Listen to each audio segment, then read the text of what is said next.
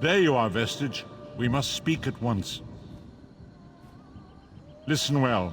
I have located a safe harbor from which we might plan our course of action. You must meet me there. I awoke to choking ash in the air and the sounds of strife. I am in Morrowind, home of the Dark Elves, in a city called Davon's Watch. The Harborage is a ruin in the cliffs west of the city.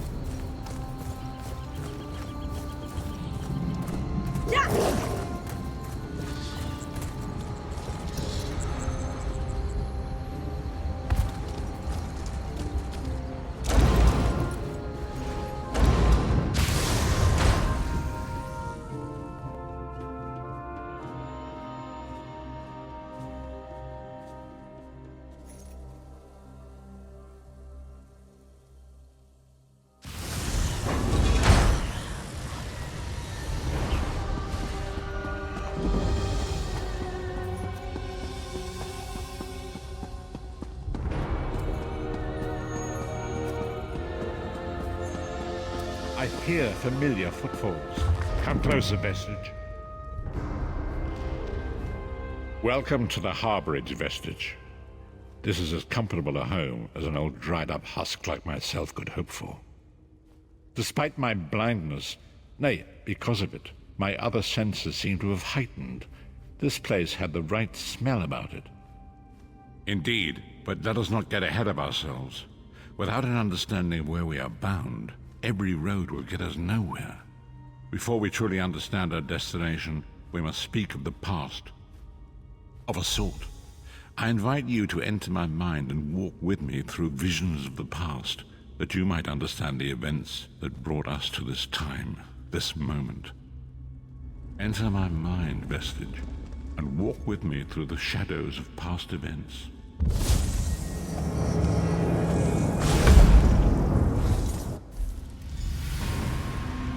Follow me, Vestige, and learn of the events that precipitated our current crisis.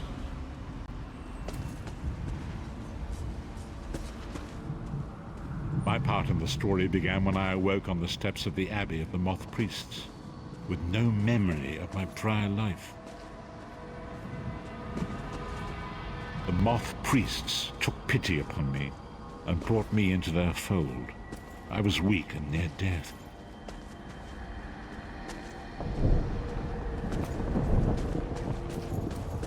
It was there I first set eyes upon the Elder Scrolls and devoted my life to their study.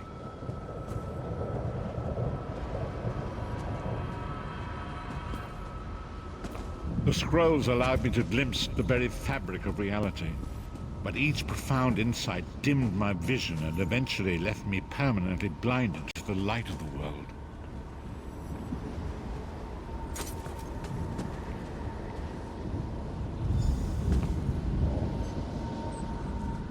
The prophecies of the Elder Scrolls are a fluid, living thing. They are not fixed. At many points throughout history, the actions of heroic mortals have rewritten them. I only know that you are important, Vestige. The scrolls reveal to me that your destiny is intertwined with that of the Five Companions.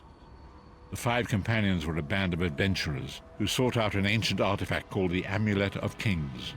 They hoped to use this artifact to persuade Akatosh, the dragon god, to accept their leader as one of the Dragonborn. The Dragonborn are mortals destined for greatness, with the blood of the dragons in their veins. It is said that only a true dragonborn can ignite the eternal dragon fires in the Imperial City. Baron Aquilarius, the son of a Colobian duke, who led a rebellion against the Emperor Leovic and took the crown himself. Alas, Varen was not truly a dragonborn, as those who sit upon the ruby throne must be, in accordance with tradition. You have already heard enough babbling from this old blind fool. It is time you met the 5 companions yourself and witnessed their fate.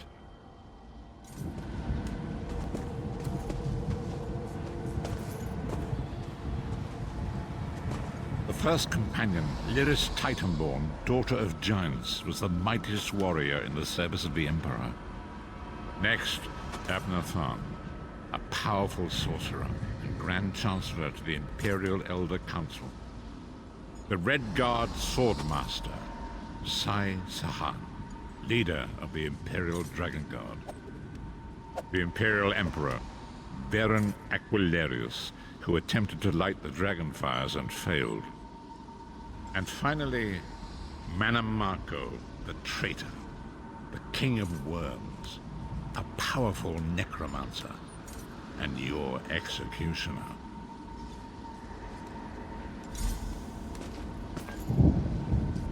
These were the 5 companions who set out from the Imperial City on an epic quest to recover the lost Amulet of Kings. Manamako convinced Varen that the amulet could be used to perform a ritual that would rekindle the dragonfires. He claimed this would please Akatosh and entice him to adopt Varen as one of the Dragonborn. By tradition, only the Dragonborn can lay claim to the Ruby Throne and rule as the one true Emperor by divine right. Varen conquered Cyrodiil and took the throne, but unless he became Dragonborn, he feared he'd always be thought of as a pretender. Each of the 5 companions were chosen for their skill and courage, and each was given a special role to perform in the party. Who would you like to know more about? You've already met Lyris. She's a Nord warrior from the frozen lands of Skyrim to the north, and it is said that her family lineage contains the blood of giants. Varen chose her for her strength and her loyalty to be his personal bodyguard. Sai Sahan came from a long line of Red Guard Swordmaster nobles. He was the leader of the Dragon Guard, the security detail of Varen and the Elder Council. While Lyris was Varen's bodyguard, Sai was charged with protecting the entire group. The Therns are one of the most influential families in Cyrodiil. Abner, their patriarch, is the leader of the Elder Council, a powerful battle mage and a shrewd politician. With his council, Varen was able to seize the Imperial throne years before. Manamako the traitor, the great enemy, the most powerful necromancer this world has ever known. His worm cult infiltrates and corrupts every corner of Tamriel. It was he who convinced Varen to perform the ritual you are about to witness. Disaster, war, and pestilence. A world brought to its knees. Now watch and see how one man's arrogance brought about the greatest threat our world has ever known.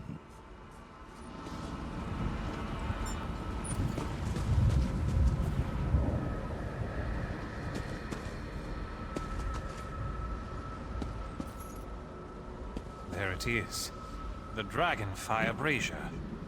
Manamako, you certain this will work? It will work, my liege.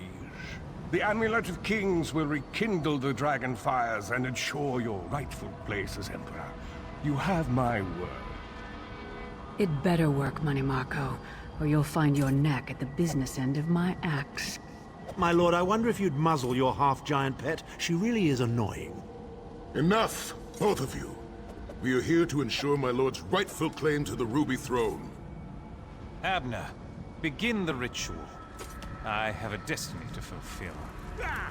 By the lighting of the dragon fires, I claim my rightful lineage. By the fires of creation, let me be reborn. By the will of Akatosh, I proclaim myself Dragonborn.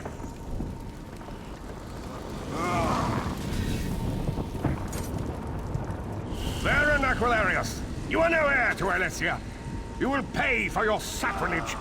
The veil between Tamriel and Oblivion tears and splits asunder! What's happening? The sky's opening up. This is bad. This is very bad. Ah! This isn't supposed to happen. What's the meaning of this? Manny Marco, what have you done? Gullible fools! The veil between Oblivion and this world has been torn. My master, Moloch Baal, is free to claim Tamriel for his own. Akatosh, forgive me! Have mercy on our souls!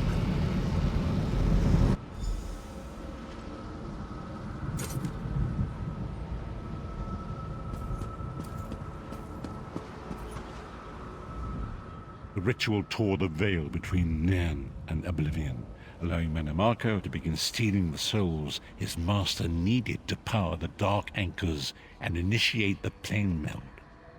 Akatosh gave Alessia the Amulet of Kings as a symbol of his covenant with Nan. So long as the amulet remained in the care of Alessia's heirs and the dragon fires remained lit, Tamriel would be protected from the Daedra. Manimarco tricked Varen into breaking the covenant, and the veil between Oblivion and Nan was torn. The Elder Scrolls named this event the Soul Burst. It gave Moloch Baal the opportunity to disconnect the souls of Nan from their hosts. Varen was lost. In the chaos of the moment, Sai Sahan took the Amulet of Kings and fled. Leris was captured by Manimarco and delivered to Cold Harbor, the realm of Moloch Baal. Tharn remains Chancellor of the Elder Council, and his daughter Clivio rules as Empress Regent. But the true power remains in the hands of Manimarco and his worm cult. When I discovered the truth about the 5 companions, I made subtle inquiries, but apparently not subtle enough. Manimarco got word of my interests and abducted me. He took me to Cold Harbor, where I remained a prisoner until you freed me. The truth is always a threat to evil men. Manimarco feared I would reveal his treachery, and if knowledge of Nan's vulnerability were to become known, it could threaten his master's schemes. Moloch Baal does not favor loose ends. Walk with me. Long ago it was written, so long as the Amulet of Kings was borne by Alessia's heirs, Tamriel would be protected from the forces of Oblivion. But the Soul Burst tore the veil between worlds and gave Moloch Baal the opportunity he desired. Moloch Baal's dark anchors pierced the torn veil and seemed to draw Nan into the depths of conflict. These terrible engines of destruction appeared all throughout Tamriel.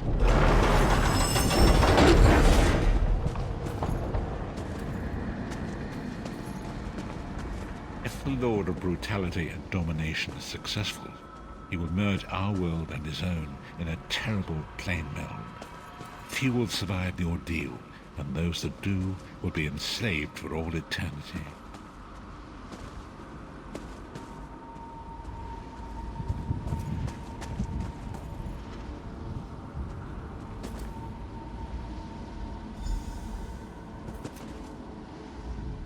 And so it falls to us, Vistage. We must stop Moloch Baal and his dark anchors, or our world is doomed. And now history seems to have caught up with us. Shall we return to the Harborage? As you say.